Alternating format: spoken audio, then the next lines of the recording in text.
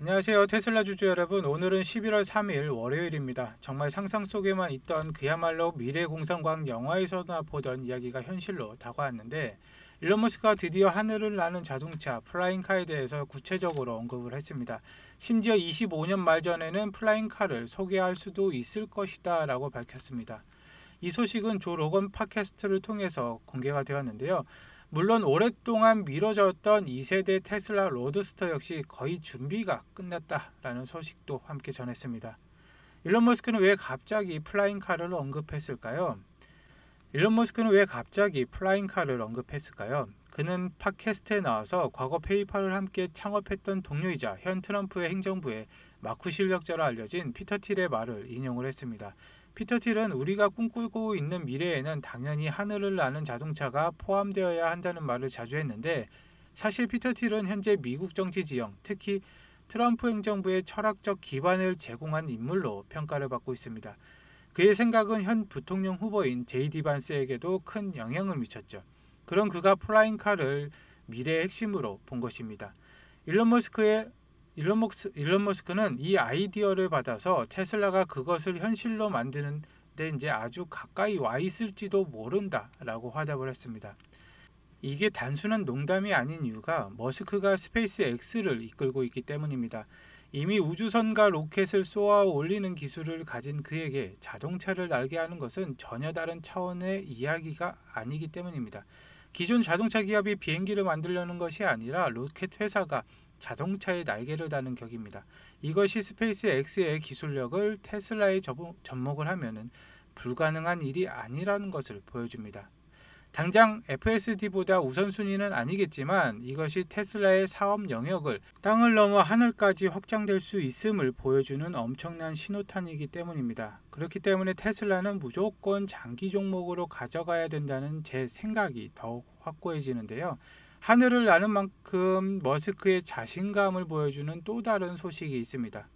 바로 로보택시, 즉 사이버캡에는 운전대를 아예 넣지 않겠다라고 선언을 한 겁니다.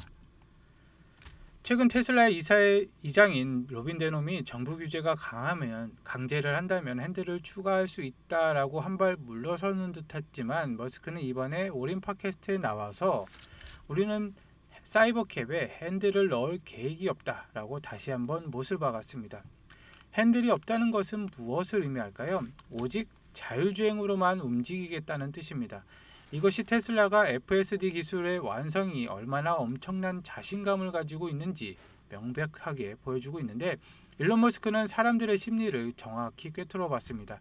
사람들은 스스로 운전하는 것을 원한다고 생각할지는 모르겠지만, 하지만 현실은 그렇지 않습니다. 생각을 해보면 매일 반복되는 지루한 출퇴근 운전길 얼마나 즐거우십니까? 아니면 회장님처럼 뒷자리에 편히 앉아서 책을 보거나 쉬고 가고 싶지 않으십니까? 대부분의 사람들은 결국엔 운전대를 놓고 싶어 할 것입니다. 일론 머스크는 이런 미래를 보고 있는 건데, 사람들이 더 이상 비싼 돈을 주고 차를 소유하는 대신 필요할 때마다 저렴한 로보택시를 부르는 시대가 온다는 것이죠. 그리고 흥미로운 점은 일론 머스크가 이렇게 미래를 향해 질주하는 동안 과거의 정책 결정자들은 땅을 치면서 후회를 하고 있다는 사실입니다. 얼마 전 나온 바이든의 행정부 초대 교통부 장관이었던 피터 부티지지의 인터뷰가 공개가 되었는데, 그는 재임 시절에 바이든 대통령과 함께 테슬라를 의도적으로 배제하고 FSD에 대해서 끊임없이 조사와 규제를 가했던 인물입니다. 그런데 이제 와서 우리가 자율주행 기술을 도입을 더 가속화했어야 됐다라고 후회를 하고 있습니다. 만약 그때 FSD를 더 빨리 받아들였다면 더 많은 생명을 구할 수 있을 것이다 라고 말했습니다. 왜 그랬을까요? 바로 정치 논란 때문이었는데, 바이든 대통령이 머스크를 싫어한다는 이유로 더 안전한 기술을 가진 테슬라를 의도적으로 배제한 것입니다. 피터 부티지의 인터뷰에서 충격적인 사실을 인정을 하는데, 매일 100에서 150명의 사람이 운전하는 차로 길에서 죽어가고 있다라고 했습니다. 그리고 이어서 말했는데, 대부분의 운전자들은 자신이 평균보다 더 안전하게 운전한다고 착각을 한다는 내용입니다. 하지만 우리는 일부 자율주행 기술이 지금 당장의 인간보다 더 안전한 시점에 도달했다는 것을 알고 있다 라고 했습니다. 정말 놀랍지 않습니까? 정부가 이미 FSD가 사람보다 안전하다는 것을 알고 있음에도 정치적인 이유로 그 도입을 막아왔다는 것을 스스로 인정한 셈입니다. 이것은 역설적으로 테슬라 FSD 기술의 안정성과 잠재력을 정부 스스로가 인정한 가장 강력한 증거가 되었습니다. 그렇다면 정부마저 인정한 이 FSD 기술의 경제적인 가치는 과연 어느 정도일까요? 모건 스탠리의 분석가 아담 조나스가 FSD의 잠재력에 대해서 아주 구체적인 숫자를 제시를 했습니다. 그리고 목표 주가는 75% 상향한 $800로 제시를 했는데 그 이유가 첫 번째로는 현재 가치입니다. 올해 말이 되면 전 세계에 약 800만 대의 테슬라 차량이 운행이 될 것입니다. 그리고 그 FSD의 채택률은 현재 12%가 되는데요. 즉 100만 명이 유료로 사용을 하고 있습니다. 이것이 100만 명이 매달 $100의 구독료를 낸다고 가정을 했을 경우 이것만으로 해도 연간 $12억, 우리 돈으로 1조 6천억 원의 매출이 발생이 됩니다. 그리고 두 번째로는 놀라운 매출인데요. FSD는 소프트웨어입니다. 마진율이 무려 85%에 달합니다. 즉 연간 $10억, 약 1조 3천억 원 이상이 거의 그대로 영업이익으로 잡히는데 이것이 FSD 구독 수익 하나만으로도 현재 테슬라의 전체 영업이익의 15%에서 20%를 차지를 하고 있습니다. 그리고 세 번째는 폭발적인 미래인데요. 이것은 시작에 불과합니다. 이제 4, 5년 뒤면은 전 세계에 2천만 대의 테슬라 차량이 운행이 될 것인데 만약 이 기술이 더욱 발전해서 FSD의 채택률이 50% 이상이 된다면 어떻게 될까요? 사용자는 1,000만 명이 됩니다. 1,000만 명. 연간 구독 수익은 $100억, 우리 돈 13조 원의 매출이 발생이 되는데요. 이 계산에는 로보택시 운영 수익이나 다른 회사의 FSD 라이선스를 판매하는 수익은 아예 포함이 되어 있지가 않습니다. 오직 기존에 있던 차주들에게 소프트웨어를 구독시키는 것만으로도 테슬라를 10배거, 10배 상승할 수 있는 주식으로 만들 수 있다는 엄청난 잠재력을 가진 것입니다. 그렇기 때문에 캐시우드도 5년 내에 테슬라의 주가는 800% 이상 상승을 할 것이다 라고 주장을 하고 있으며 계속 투자를 이어가고 있습니다. 그리고 테슬라는 로보택시 $10조 시장의 약 50%의 점유율을 목표로 하고 있는데 만약 성공한다면 미국 내 이동 비용이 마일당 20센트 정도로 낮아질 수가 있습니다. 이것은 기존의 택시 비용이 마일당 $1, 그러니까 5분의 1 수준인데 투자자 입장에서 보면은 이 모델 하나로 테슬라의 기업 가치가 수조 원에 달할 능력을 가지고 있다고 합니다. 그렇기 때문에 테슬라의 목표 주가를 2029년까지는 $2,600로 보고 있으며 더 나아가서 $3,100까지 보고 있습니다. 아크인베스트가 이렇게 목표 주가를 $2,600까지 보고 있는 이유가 아크인베스트가 미래를 주도할 핵심 기술들을 나열을 했는데 핵심 기술로는 AI, 로보틱스, 블록체인, 에너지 저장 장치, 멀티오믹 시퀀싱 이렇게 5가지를 꼽았습니다. 소름 돋게도 그 중에 4가지 사업을 현재 지구상에서 가장 압도적으로 모두하고 있는 유일한 기업이 바로 테슬라인데요. 테슬라는 올해 1분기 실적 보고서 때 비트코인의 보유량을 11,509개로 발표를 했고 매각이나 매입 없이 유지를 하고 있습니다. 피지컬 AI와 로보틱스는 옵티머스로, 에너지 저장 장치는 메가팩으로 이미 세계 1등을 향해 가고 있는데 특히 캐시우드의 예측에서 가장 중요한 부분이 인플레이션이 0% 이하로 떨어질 것이다 라는 대목입니다. AI와 로봇이 생산을 담당하며 모든 것이 가격이 싸지는 시대가 온다는 것인데 그렇게 되면 시장에 돈이 넘쳐나게 되고 그 돈은 결국 이 모든 혁신의 중심인 테슬라와 같은 회사에 몰리게 된다는 게 이제 캐시우드의 논리입니다. 이전에 파월 의장이 FOMC 회의에서 말한 내용과 거의 일치한 내용이기 때문에 테슬라는 장기적으로 계속 투자를 해야 된다고 생각이 들며 괜히 그녀가 테슬라의 목표 주가를 $2,600로 잡은 게 아니겠죠. 이 모든 내용들을 정리한 보고서가 있는데 얼마 전에 올인 팟캐스트에 나왔던 자료입니다.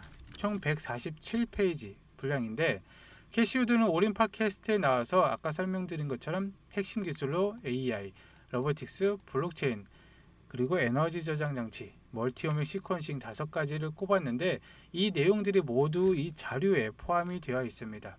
여기 페이지까지 체크가 되어 있는 내용인데요. 이 보고서에 있는 종목들은 모두 아크인베스트의 포트폴리오에 있는 기업들입니다.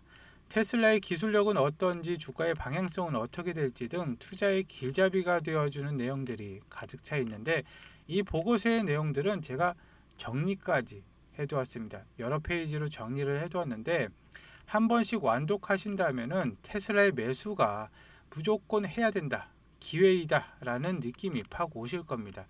이 보고서는 지금 보고 계시는 시청자분들에게는 100% 무료로 제공을 해드릴 것이고 영상 하단에 링크를 보시면은 더보기가 있습니다. 더보기란에 링크를 클릭하시면은 이렇게 구글 폼이 나오는데 여기에 체크를 하신 다음에 전화번호와 함께 제출하기를 눌러주시면은 한 분도 빠짐없이 보내드릴 거고 모바일도 마찬가지예요. 똑같이 더보기란을 누르신 뒤에 링크를 클릭하시면은 이렇게 구글 폼이 나옵니다. 구글 폼에 나온 거 똑같이 체크를 해주시면은 빠르게 취합을 해서 한 분 한 분 발송을 해드리겠습니다. 우리가 FSD에만 집중하는 사이 캐시우드가 말한 핵심 기술 중에 에너지 저장 장치, 테슬라의 에너지 사업이 역시 괴물처럼 성장을 하고 있습니다. 최근 푸에르토리코에서 6천만 달러, 약 830억 원 규모의 새로운 테슬라 메가팩 건설이 시작됐다는 소식이 전해졌는데 이것은 사실 더 큰 계약의 일부입니다. 테슬라는 푸에르토리코 전력청과 약 5억 3,300만 달러의 규모, 7,300억 원 규모의 계약을 체결을 했는데 430 메가와트 규모의 건설입니다. 이것은 미국 내에서 이루어진 역대 에너지 저장 계획 중에 하나인데 이것은 전기 생산을 하는 것만큼 저장하는 것이 중요해졌습니다. 테슬라는 이 거대한 에너지 시장에서 가장 확실한 해결책을 제시를 하고 있는데 하늘을 나는 플라잉카에서부터 핸들이 없는 로보택시, 그리고 정부마저 인정한 FSD의 압도적인 기술력과 수익성, 그리고 마무리하면서 월스트리트에서 절대로 머스크에게 맞서지 말라는 격언이 왜 다시 한번 증명되었는지 아주 흥미로운 소식을 전해드리겠습니다. 테슬라를 가장 집요하게 공격했던 대표적인 공매도 펀드, 즉 안티 테슬라 세력이 사실상 파산 위기에 몰렸다는 소식인데요. 화제의 주인공은 스핀팅 캐피탈이라는 펀드입니다. 이들은 오랫동안 테슬라는 거품이다라고 주장하면서 공매도를 주도한 것으로 유명한데요. 최근 이들이 투자자들에게 보낸 10월 말 실적 보고서가 공개가 되었습니다. 그 결과는 충격적이었는데 펀드 성과가 마이너스 22.3%, 22%가 넘는 손실을 기록을 했습니다. 더욱 놀라운 것은 바로 이 시기가 미국 증시가 역대 최고의 수준으로 오르면서 대부분의 투자자들이 큰 수익을 낸 기간이었다는 뜻입니다. 남들이 다 돈을 버는 시장에서 이들은 홀로 22%가 넘는 재앙적인 손실을 본 것인데 이들이 내놓는 변명은 더 흥미롭습니다. 보고서에는 현재 주식시장이 미국 역사상 그 어느 때보다도 비정상적으로 고평가가 되고 있다고 적혀 있는데 한마디로 시장이 틀렸고 우리가 맞다는 주장을 끝까지 굽히지 않고 있다는 사실이죠. 이것이 바로 미래 성장주를 바로 과거의 낡은 잣대로 평가할 때 발생하는 전형적인 오류입니다. 이들은 테슬라의 PER이 100배가 넘는다는 식의 현재의 수치만 집착을 하는데 하지만 미래 가치를 보면 투자자들은 다르게 계산합니다. 만약에 테슬라의 이익이 1년에 2배씩 폭발적으로 성장한다면 PER 100은 1년 뒤에 50이 되고 2년 뒤에는 25가 됩니다. 순식간에 빅테크 평균 수준으로 내려오는 것이죠. 이 엄청난 성장 가능성을 무시하고 지금 당장 비싸다는 논리 하나만으로 공매도를 하니 로보택시와 같은 강력한 미래 모멘텀이 터져나올 때마다 주가는 급등하고 이들은 막대한 손실을 입고 무너지는 것입니다. 시장의 거대한 흐름을 잊지 못하고 자신의 낡은 신념만 고집한 결과인데, 이 소식은 왜 우리가 단순하게 현재의 숫자가 아닌 기업이 만들어갈 미래 성장성을 보고 투자를 해야 하는지 명확하게 보여주고 있습니다.